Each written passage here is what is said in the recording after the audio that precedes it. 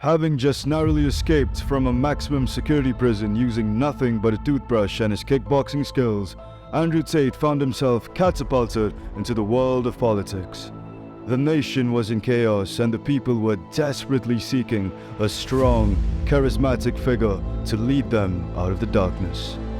As unlikely as it seemed, Tate seized the opportunity and through a series of bizarre events involving a llama, a hot air balloon, and a heated rap battle, he became the President of the United States of America.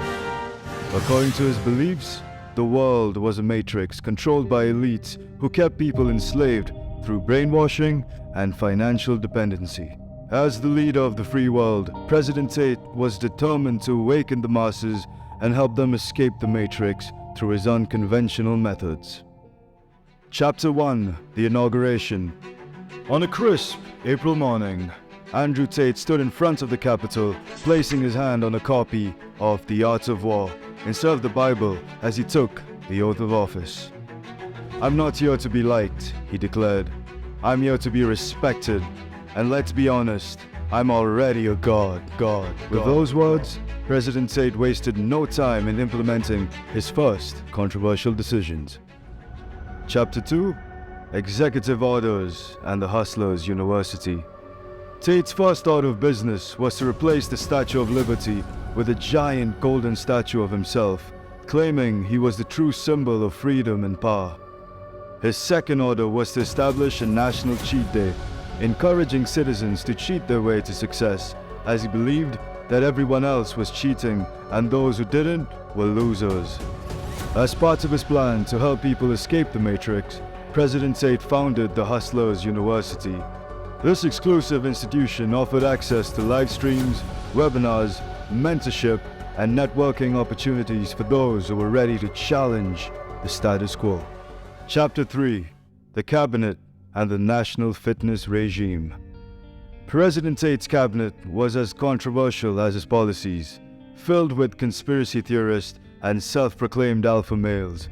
Each member was chosen for their willingness to break free from the matrix and exploit the system. Tate believed in the importance of physical strength and made daily kickboxing classes mandatory for all citizens. This national fitness regime aimed to create a stronger, more dominant nation that could rise above the matrix. Chapter 4: Economic Policies and International Relations. In a bid to revolutionize the economy, President Tate replaced the maximum wage with the maximum laziness policy. He claimed that people, especially women, needed incentives to work harder and break free from the elite's control. On the world stage, President Tate's approach to diplomacy involved asserting dominance through displays of power. He often challenged other world leaders to kickboxing matches to settle disputes, causing tensions between the US and other nations to escalate rapidly. Chapter 5: Healthcare and Education Reform. President Tate believed that only the strong should survive, and he replaced the existing healthcare system with the Survival of the Fittest program. Critics argued that the policy was heartless and inhumane, but Tate remained undeterred. Education reform focused on raising a generation of warriors. Traditional subjects were replaced with courses on kickboxing, alpha mentality, and wealth building. Parents and educators alike were outraged, but President Tate was unapologetic. Chapter 6: The Fall of President Tate. As controversy after controversy unfolded, calls for President Tate's impeachment grew louder. Finally, Congress moved forward with the impeachment process, accusing him of abuse of power, incitement of violence, and overall incompetence. In a last-ditch effort to maintain power, President Tate challenged the entire Congress to a kickboxing match, vowing to resign if he lost. After a fierce battle, Tate was defeated and begrudgingly agreed to step down. In the aftermath of the Tate presidency, the United States faced a long road to recovery.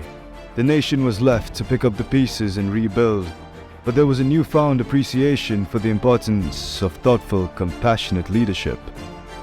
As for Andrew Tate, he returned to his life as a controversial social media personality, forever remembered as the most unconventional and divisive president in US history. However, his influence on the country lived on in the hearts and minds of those who had followed him during his time in office.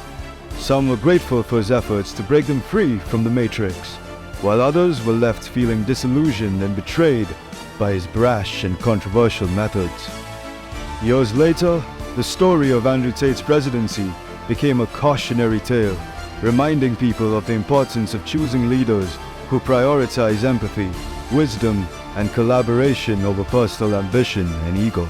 And so, the United States moved forward, learning from its past and seeking to build a brighter, more inclusive future for all of its citizens.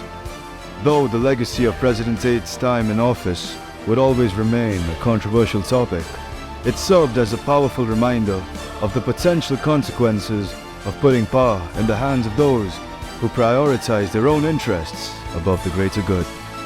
In the end, the tale of Andrew Tate's Matrix adventure would forever be etched in history as a wild, hypothetical journey through an alternative reality that taught valuable lessons about the true nature of leadership, power, and the importance of unity in the face of adversity.